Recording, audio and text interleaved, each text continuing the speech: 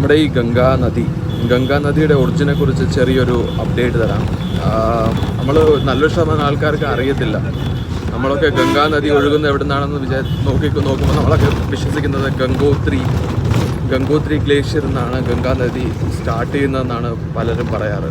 അപ്പോൾ അതിൽ ചെറിയൊരു മിസ്റ്റേക്ക് എന്ന് പറയുന്നില്ല, ചെറിയൊരു മനസ്സിലാക്കേണ്ട ഒരു കാര്യം എന്ന് പറഞ്ഞാൽ ഗംഗാ നദി യഥാർത്ഥത്തിൽ സ്റ്റാർട്ട് ചെയ്യുന്നത് ദേവപ്രയാഗ് എന്നാണ്.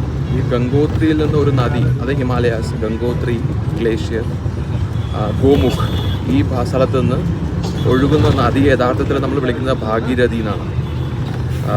അതിൻ്റെ റൂട്ട് ചെക്ക് ചെയ്യുകയാണെങ്കിൽ ഭാഗീരഥി, ഗംഗോത്രി ഗ്ലേഷ്യർ എന്ന ഭാഗീരഥിയും വേറൊരു സൈഡിൽ നിന്ന് അളകനന്ദ എന്ന് പറയുന്ന നദിയും ദേവപ്രയാഗിൽ ഒന്നിക്കുന്നുണ്ട്.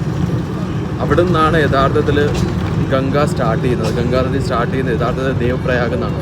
പക്ഷേ അതിൻ്റെ റൂട്ട് ഗോമുഖ് തന്നെയാണ്. ഗോമുഖ് എന്ന് നമുക്ക് വേണമെങ്കിൽ പറയാം, ഗംഗോത്രി എന്ന് പറയാം. പക്ഷേ ഗംഗ ആക്ച്വലി സ്റ്റാർട്ട് ചെയ്യുന്നത് ദേവപ്രയാഗ്.